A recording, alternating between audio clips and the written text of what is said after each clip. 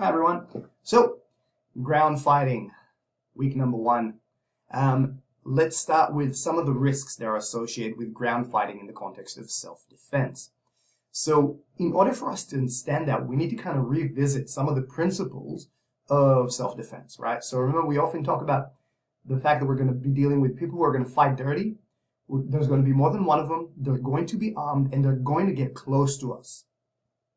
When we talk about those 4 things, the 5th element that's really important is mobility, right? So if I'm dealing with, more than one person, they're going to fight dirty, they're going to get close to me, and they're likely to be armed. If I can't move, my job just goes a lot harder.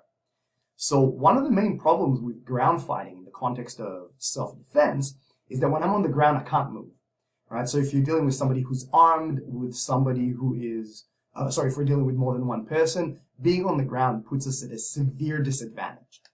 Okay, so general consensus is when we're talking about ground fighting in self-defense, we don't want to be there. Okay, the other thing that we then want to consider, most of the time when we practice ground fighting, we practice it in the dojo on mats, right? Very different when you're doing ground fighting on, cement or asphalt or the floor of a nightclub or, in a car or wherever it is where the ground is hard. Right, there's going to be objects on it that can hurt you. There's a whole bunch of environmental factors that come into it. So again, being on the ground generally in self-defense, not a good idea.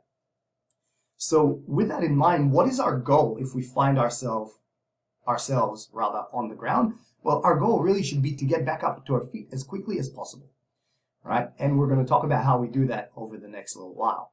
Now, the other consideration in terms of risk in ground fighting is there a time where we want to be on the ground in self-defense?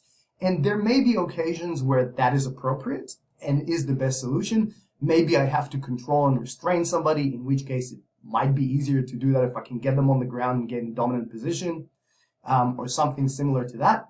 But we have to consider that there are significant risks to being on the ground, and we need to be aware of them if we make the conscious decision to take somebody down and control them on the ground.